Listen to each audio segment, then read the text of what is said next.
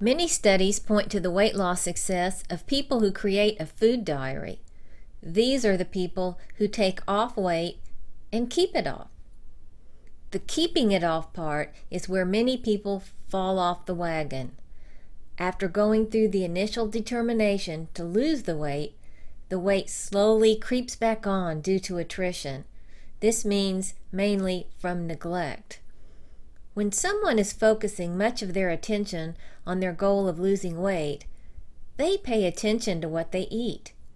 However, as soon as the goal is attained, their attention wanes and they slowly fall back into old, familiar eating routines. But this doesn't have to happen. One way to ensure that you will maintain your desired weight is through keeping a food journal.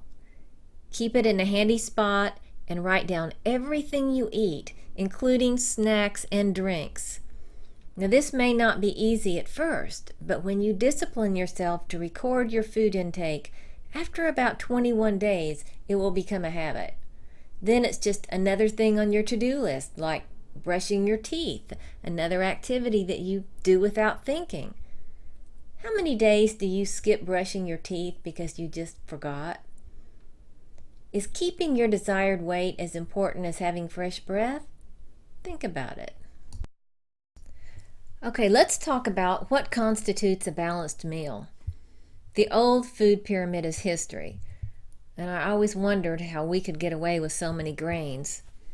The new guidelines recommend that half of your plate be filled with fruits and vegetables. The other half should consist of a protein and grains. And your protein, which is usually meat, fish, or beans, should be no larger than the palm of your hand. Now, I realize this may look like the amazing shrinking protein, but these are the guidelines, and there's power in knowing the guidelines because you can always adjust your portion size accordingly. At least you're filling your plate as an informed consumer. So I have just 3 words for you in making these changes. Baby steps, baby steps, baby steps. Okay, 6 words. So now you know the importance of keeping a daily food diary, as well as what a balanced meal looks like. The important thing from this point on is to make sure that half of your plate is fruit and vegetables, and the other half is a quarter protein and a quarter grains.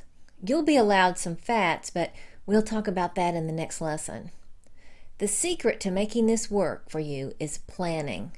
It's a lot easier to have a healthy meal when you plan ahead. And it's easier to plan ahead when you have your choices laid out before you. Remember, this is not a diet. This is a lifestyle change that involves eating in a healthy way so that you can follow this for the rest of your life. So here are your action steps. You'll find 4 columns at the top of your paper, each representing the food groups.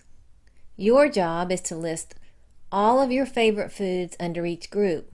For example, list all of your favorite veggies under the column vegetables. Then, when you're planning your meals, pick 1 food from each group, and there's your meal. Not only that, it's a meal that includes your favorite foods. Deciding what to eat for a meal can be a daunting task at times. This takes the guesswork out of it. Bon appetit!